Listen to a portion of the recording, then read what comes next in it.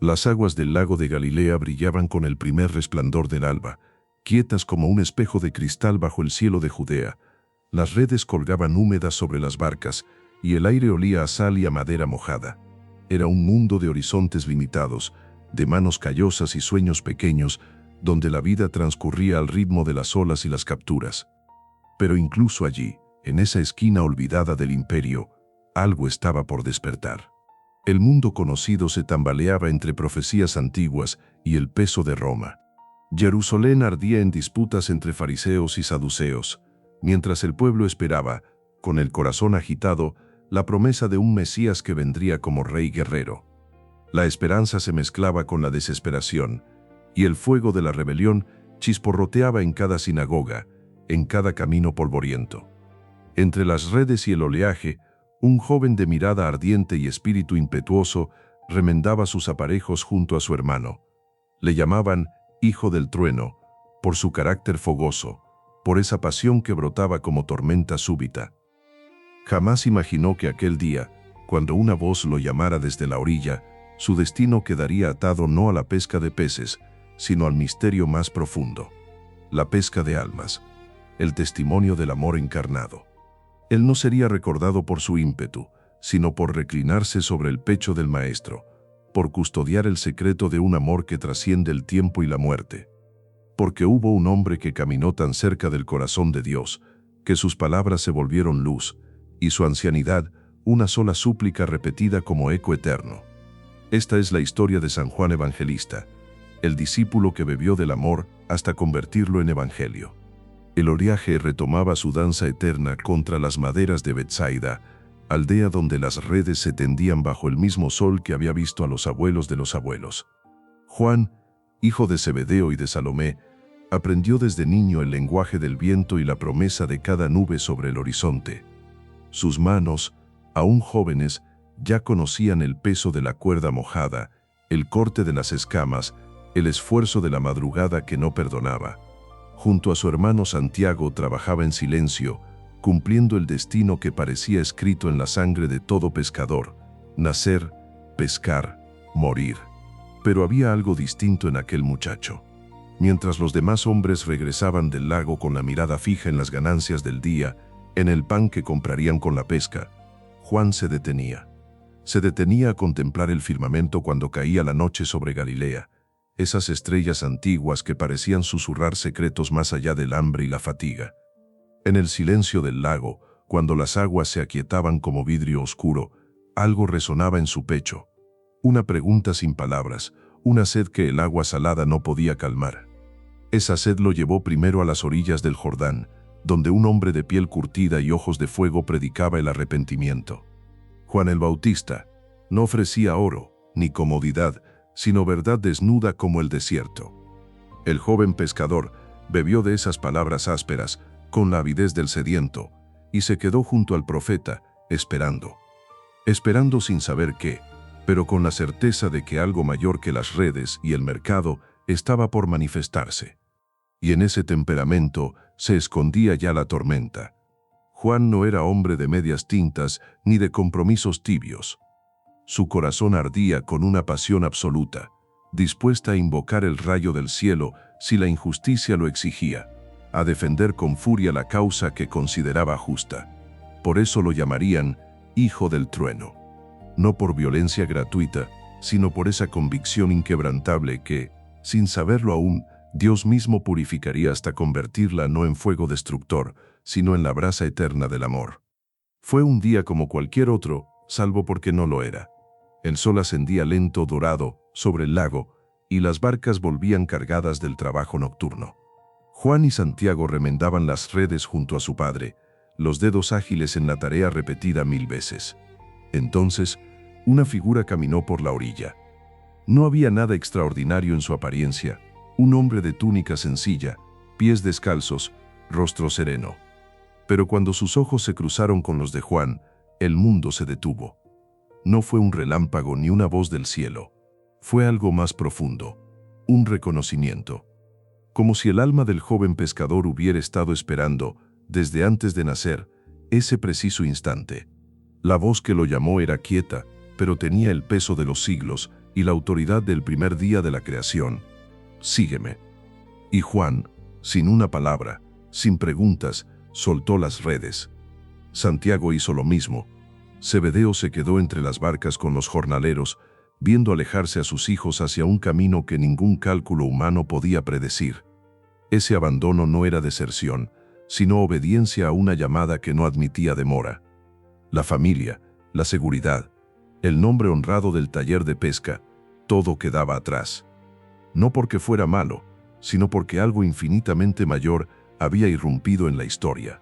Juan caminaba ahora tras el Maestro, y cada paso era un morir al mundo viejo para nacer a otro del que apenas intuía los contornos. Pero el fuego del joven no se apagó de inmediato. Hubo días en que su celo impetuoso brotaba como llamarada descontrolada. Cuando una aldea samaritana rechazó al Maestro, Juan y su hermano preguntaron con fervor sombrío: «Señor, ¿quieres que mandemos bajar fuego del cielo para que los consuma?». La respuesta de Jesús fue una lección de paciencia infinita. «No sabéis de qué espíritu sois». Otra vez, ambos hermanos, todavía atados a la ambición terrenal, pidieron sentarse a la derecha y a la izquierda del trono en la gloria. El Maestro no rechazó su pasión, no apagó su fuego, lo redirigió. Les habló del cáliz del sufrimiento, del bautismo de sangre, de la grandeza que no consiste en dominar, sino en servir. Así, día tras día, el Hijo del Trueno fue siendo forjado, no con martillo de hierro, sino con la pedagogía silenciosa del amor encarnado.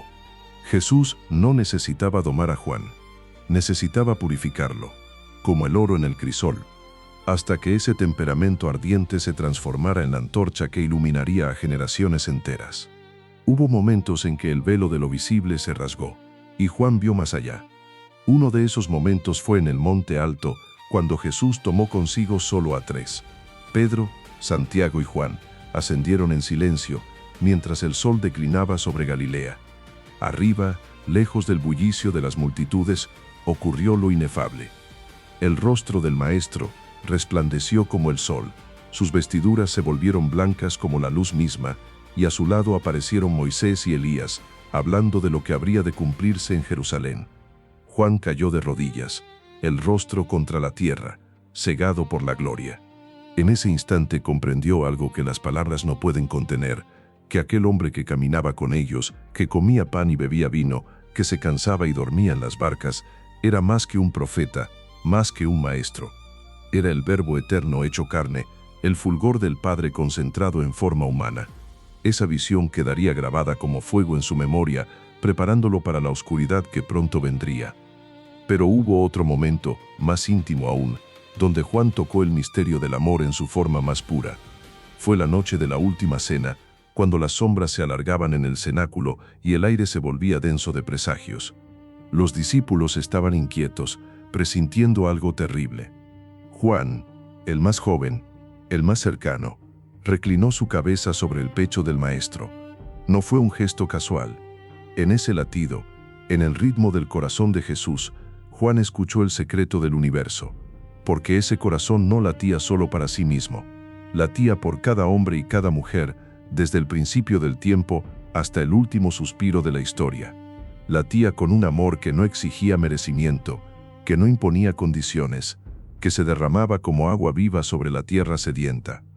En ese instante, Juan dejó de ser solo el discípulo, se convirtió en aquel a quien Jesús amaba. No porque fuera mejor que los demás, sino porque captó, más que ninguno, la esencia de lo que Jesús vino a revelar, que Dios no es un juez distante ni un soberano tiránico, sino amor que se entrega hasta el extremo. Y por eso, cuando Jesús preguntó quién lo traicionaría, fue Juan quien se atrevió a preguntar, porque la intimidad con el amor no genera miedo, sino confianza. En el pecho de Cristo, Juan encontró no solo consuelo, sino la teología que escribiría décadas después. Dios es amor. No Dios tiene amor, no Dios muestra amor, sino que su esencia misma, su naturaleza última, es amor puro, indiviso, eterno. Cuando el huerto de Getsemaní se llenó de antorchas y el estruendo de las espadas rompió la noche, los discípulos huyeron como ovejas dispersas. El miedo los devoró, el instinto de supervivencia los arrastró lejos de aquel que habían jurado seguir hasta la muerte. Pero Juan no huyó. o si lo hizo por un instante, volvió. Volvió porque el amor es más fuerte que el terror, y porque algo en su alma sabía que abandonar al Maestro en la hora suprema sería traicionar todo lo que había aprendido. Caminó tras Jesús en su recorrido infernal, ante el Sanedrín donde los ancianos escupían acusaciones falsas, ante Caifás que rasgó sus vestiduras en falsa indignación, ante Pilato, el cobarde que se lavó las manos, ante Herodes, que buscaba entretenimiento en el dolor ajeno. Juan fue testigo de la flagelación, de los azotes que desgarraron la carne santa, de la corona de espinas que los soldados clavaron entre risas crueles. Vio al amor humillado, escarnecido, reducido a espectáculo. Y cuando Jesús cargó la cruz hacia el Gólgota, Juan lo siguió. No desde lejos, no escondido entre la multitud, sino cerca. Tan cerca que pudo ver el sudor mezclado con sangre, escuchar el jadeo agónico, sentir el peso del mundo entero quebrando los hombros del Hijo de Dios. La ciudad entera bullía de odio y de miedo, pero Juan avanzaba como quien camina en un sueño terrible del que no puede despertar. Al pie de la cruz, cuando los demás habían huido, Juan estaba allí. Junto a él, la madre, María, de pie, erguida en su dolor infinito, la espada atravesándole el alma como Simeón había profetizado. El cielo se oscureció, el viento aullaba como bestia herida, y en ese caos cósmico, Jesús miró hacia abajo. Sus labios, resecos por la agonía, pronunciaron palabras que sellaron un pacto eterno. Mujer, he ahí a tu hijo. Hijo, he ahí a tu madre. Juan recibió a María no solo en su casa, sino en el centro mismo de su vida. No era una encomienda administrativa, era la transmisión del tesoro más sagrado de la iglesia naciente.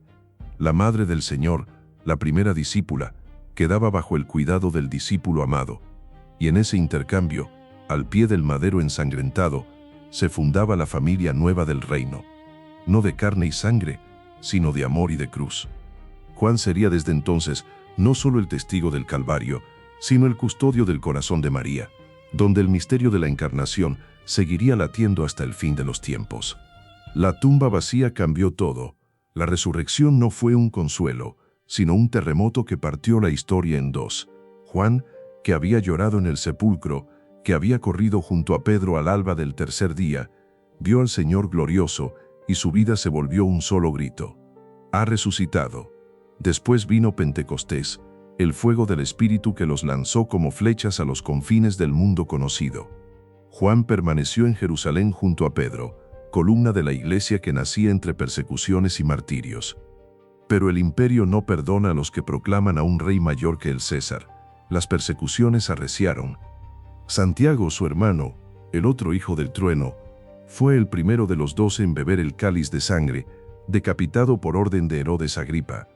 Juan quedó solo, el último eslabón vivo con Jesús, y el imperio, en su furia ciega, intentó romperlo. La tradición recoge una escena estremecedora. Juan, ya anciano, llevado a Roma bajo el emperador Domiciano. El tirano, que se proclamaba Dios viviente, no podía tolerar la insolencia de un anciano que predicaba a otro señor. Ordenó que lo sumergieran en una caldera de aceite hirviendo frente a la puerta latina. Los verdugos obedecieron. Las llamas lamieron el caldero, el aceite burbujeaba como lava, pero cuando sacaron al apóstol, su carne estaba intacta. Más aún, salió más joven, más fuerte, como si el fuego hubiera sido bautismo y no tortura. El emperador, desconcertado y temeroso, lo desterró a Patmos, isla yerma y azotada por el viento, donde los criminales y los condenados morían lentamente de soledad y sal, pero Patmos no sería prisión sino santuario. Allí, en una cueva que miraba al mar interminable, Juan recibió las visiones del Apocalipsis. El cielo se abrió como pergamino rasgado, y desfiló ante sus ojos la batalla cósmica entre la luz y las tinieblas, el triunfo final del Cordero, la Jerusalén celeste descendiendo como novia engalanada. Juan escribió con mano temblorosa y corazón encendido, no solo el Apocalipsis, sino también su Evangelio, el más alto, el más teológico, el que se eleva como águila sobre los otros tres. Donde Mateo, Marcos y Lucas narraban los hechos, Juan penetraba en los significados. En el principio era el Verbo, y el Verbo estaba con Dios, y el Verbo era Dios. Palabras que no hablan solo de historias, sino de eternidad. No solo de un hombre, sino del Logos divino que tomó carne para que la carne pudiera tocar a Dios. Tras la muerte de Domiciano, Juan regresó a Éfeso, ciudad que lo acogió como padre espiritual. Allí fundó iglesias, ordenó obispos, enseñó a discípulos que llevarían su testimonio al siglo siguiente. Policarpo de Esmirna, que luego sería mártir glorioso, se sentaba a sus pies a escuchar los relatos del maestro. Y cuando el hereje Cerinto entraba en las termas, Juan huía diciendo: «Salgamos, no sea que se desplome el edificio donde está el enemigo de la verdad». Porque el anciano no había perdido su fuego, simplemente lo había purificado hasta convertirlo en celo por la verdad y defensa del Evangelio. Los años cayeron sobre Juan como hojas en otoño, pero su espíritu no envejeció. Se convirtió en leyenda viva, el último que había visto con sus propios ojos al Señor, el último que podía decir: «Yo estuve allí». Su cuerpo se encogió, su vista se nubló, sus pasos se volvieron lentos, pero cuando hablaba, las multitudes se apiñaban para escuchar. Los discípulos lo llevaban en brazos a las asambleas de Éfeso y allí, desde su fragilidad extrema, pronunciaba siempre las mismas palabras: «Hijitos, amaos los unos a los otros». Al principio, los fieles esperaban discursos largos, enseñanzas complejas, pero Juan repetía una y otra vez la misma frase. Algunos se impacientaban: «Maestro, ¿por qué siempre nos dices lo mismo?». Y el anciano, con ojos cansados pero luminosos, respondía: «Porque es el mandamiento del Señor, y si lo cumplís, basta». Toda la teología, toda la sabiduría acumulada en décadas de contemplación, se condensaba en esa verdad simple y terrible: el amor es la síntesis de la ley, la plenitud del Evangelio. Un día, cuando ya no podía levantarse del lecho, la habitación se llenó de una luz extraña. No era el sol de Éfeso, ni las lámparas de aceite. Era una claridad que venía de ninguna parte y de todas partes a la vez. Una luminosidad que no proyectaba sombras porque provenía de aquel que es luz sin ocaso. Los que lo rodeaban sintieron un aroma inexplicable, como de incienso celestial. Y Juan, con una sonrisa de niño, cerró los ojos. La tradición susurra que en ese instante vio lo que había esperado toda su larga vida: el rostro del Maestro viniendo a buscarlo. Y junto a él María, la madre que había cuidado hasta su dormición, extendiendo los brazos para recibir al Hijo que Jesús le había confiado desde la cruz.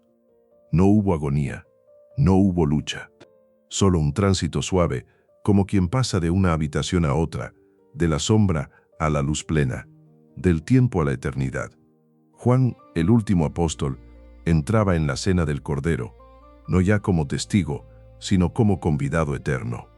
La tumba de Juan en Éfeso se convirtió en lugar de peregrinación. Sobre ella se alzó una basílica, y su memoria se extendió como río que riega tierras lejanas. El arte cristiano lo representó con un águila a sus pies, porque su evangelio vuela más alto que los otros, remontándose a las alturas donde solo el espíritu puede respirar. También con un cáliz del que emerge una serpiente, recordando el milagro del veneno que no pudo matarlo. Sus palabras se leen en cada rincón de la tierra, en cada lengua y en cada siglo. Cuando alguien abre el cuarto evangelio y lee: «En el principio era el Verbo», está tocando el fruto de aquella cabeza reclinada sobre el pecho de Cristo. Cuando las cartas de Juan proclaman que Dios es luz y en él no hay tinieblas, está resonando el eco de aquel anciano de Éfeso que lo redujo todo al amor. Y cuando el Apocalipsis describe la Jerusalén celeste, donde no habrá noche ni llanto, es la esperanza que Juan grabó en la piedra de Patmos para todas las generaciones que atravesarían el valle de lágrimas. Hoy, en cada misa donde se lee el Evangelio de Juan, su testimonio sigue vivo. En cada corazón que intenta amar sin medida, que elige quedarse al pie de la cruz cuando otros huyen, está presente el espíritu del discípulo amado. Las viudas que han perdido a su compañero encuentran en Juan el modelo de quien cuidó de María en su soledad. Los que buscan una fe más profunda, que trascienda los ritos y toque la esencia del misterio, se refugian en las páginas de su Evangelio. Los perseguidos que resisten en islas de exilio, literal o figurado, miran a Patmos y encuentran esperanza. El destierro puede ser el lugar donde Dios revela lo que oculta a los poderosos. El lago de Galilea sigue brillando bajo el alba, como brillaba cuando un joven pescador soltó las redes. Pero ahora, 2000 años después, ese mismo lago habla de otra pesca, la de las almas que siguen siendo llamadas, una por una, a reclinarse sobre el corazón de Cristo y aprender el único secreto que vale la pena: que Dios es amor, y quien permanece en el amor, permanece en Dios. San Juan Evangelista, el discípulo amado que bebió del Sagrado Corazón y derramó su doctrina como miel sobre el mundo, ruega por nosotros.